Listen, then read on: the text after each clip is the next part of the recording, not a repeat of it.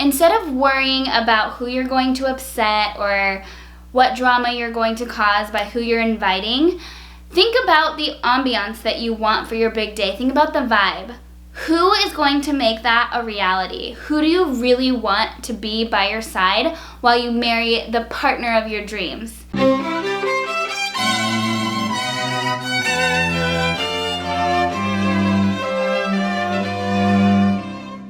Hey, welcome to my channel. I'm Kyle James, and today we're talking all about your guest list. In this video, I'm going to talk about who you should invite to your wedding and who you shouldn't.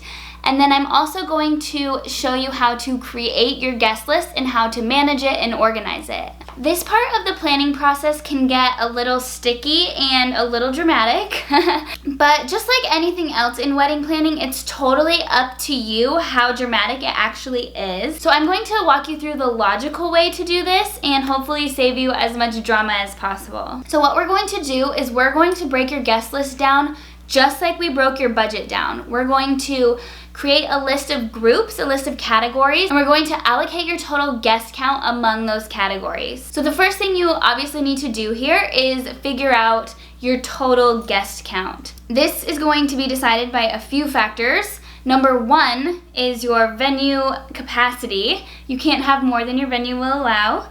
And then also your budget. If you have a smaller budget, you might want to consider inviting less people. It just makes your life a little bit easier.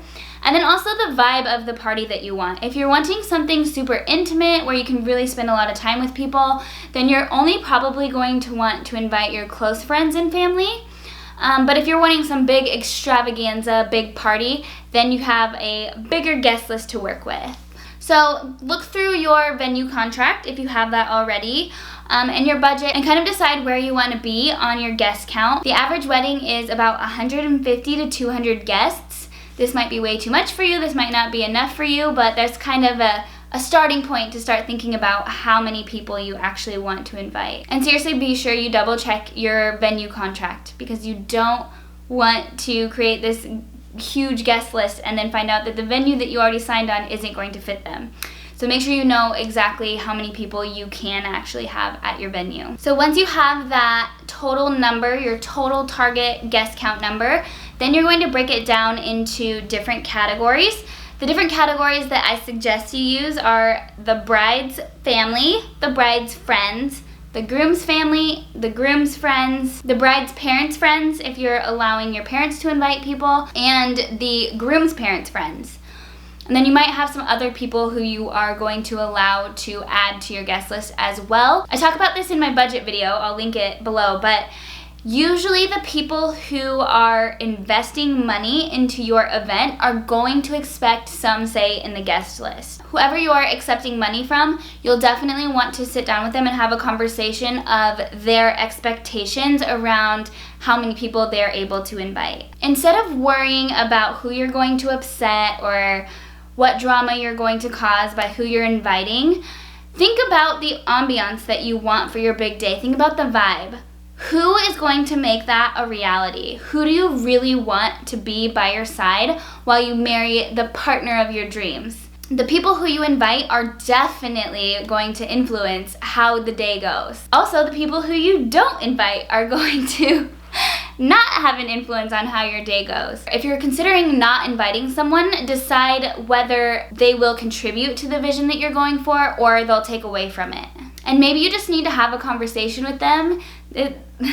The wedding brings up all of this drama, but it also is a great time to sit down with people and be super authentic and vulnerable and say, hey, I don't know if I want to invite you to our wedding because I'm worried about this, this, and this. And it's kind of a great opportunity to really get stuff out there and clean up relationships in your life. So the amazing thing about having your guest list broken down into these like budgets is that you can tell people that you just don't have the capacity to be able to invite everyone, and it's a great excuse to get out of inviting those people that you really don't want to. So once you have your allocations, be sure that you stick to them, because if you keep going over in all of them, then you're going to invite way too many people and you're going to blow your budget and possibly your venue capacity. So don't do that.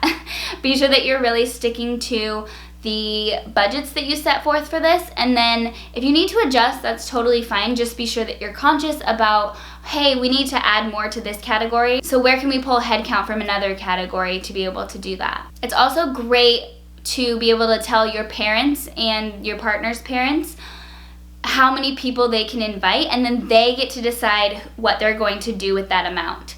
So they can't come back to you and be like, oh, but I want to invite so-and-so and so-and-so. It's like, you have this many people. You have 12 people that you get to invite outside of all of our family and everything.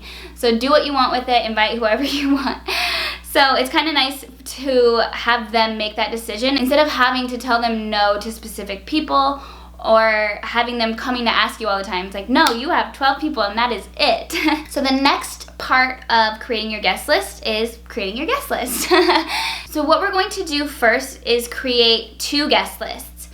We're going to write down every single person's name who you might consider inviting, and they're going to go on either the A list, which is they're definitely invited, or the B list. So the first step is really just getting people's names down on paper. So you're going to want to write down their name, how many guests you are inviting in their party, so if they have a +1 or maybe they have a +1 in their kids and everything, just write down how many people are invited and then write down the group that they're in, and then you're going to write them on either the A list or the B list. You don't need to fill in all the details right now because you might have to take people off of the list if you have too many people that you're inviting, so don't waste time right now trying to figure out addresses and everything. We're going to get a final list and then we'll go get addresses, and so that you're not wasting any time on that. So once you go through and fill in your A list and B list and add it all up and see where you stand, then if your A list is above your total guest count, then you need to take people off and move them over to the B list. If it is below, then you can definitely move people from your B list to your A list, but you don't have to.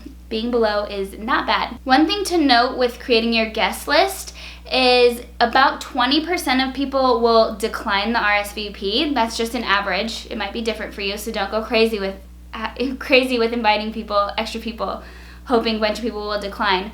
But you do have some wiggle room. If you are 5 or 10 over your total guest count, don't worry about it because you can definitely expect some declines. If you're still stressing about getting to your ideal number, here are my little rules you might want to apply to be able to cut some people out of the list. So number 1 is you might want to do an adult-only party. If you have tons of kids in your family and in your friends, this can definitely help you keep the number down by saying, sorry, this is an adults-only wedding. And people won't get offended by that. It's totally normal to do that. My second rule is no MIA friends. If you haven't talked to somebody for over 2 years, they do not make the list. This also can go for family too. So if you're having a hard time to figure out who to cut from your list, if you need to decrease your family count, if you haven't talked to people for over 2 years, they shouldn't expect to be invited to your wedding. And if they are, then maybe they'll actually give you a call every once in a while. But a good rule of thumb is if you haven't talked in 2 years, then you definitely don't need to invite them. And rule number 3, this one is a little bit hard for some people, but it's no pity parties. Do not invite people just because you feel bad or you feel obligated. If you have a bunch of people there who you don't really want there, you're not gonna feel totally comfortable, and you might actually feel even a little bit stressed or upset, and that's gonna totally ruin your big day. And you only get one, so be sure that you're not inviting people just because you feel obligated or you feel bad. This also goes for people who invited you to their wedding. Just because somebody invited you to their wedding does not mean that you have to invite them to your wedding, especially if you don't want them there. Don't do it. No pity parties. Like I said, the best way to do this is to stick to your category limits. If you're over on your total guest count, go through and see which categories you're over in and just take people off of the list. Remember, who you invite totally sets the tone and the vibe for your big day. When you walk down that aisle, you want to be in front of all the people who you know and love. You don't want anyone there who's going to take anything away from your dream day. And then once your guest list is full and you've figured out all of your categories and who to invite, then you can go through and start filling in the addresses, the email addresses, and the phone numbers. I highly suggest collecting all of those points of contact just in case you need to get in contact with people if they don't RSVP, because that happens a lot.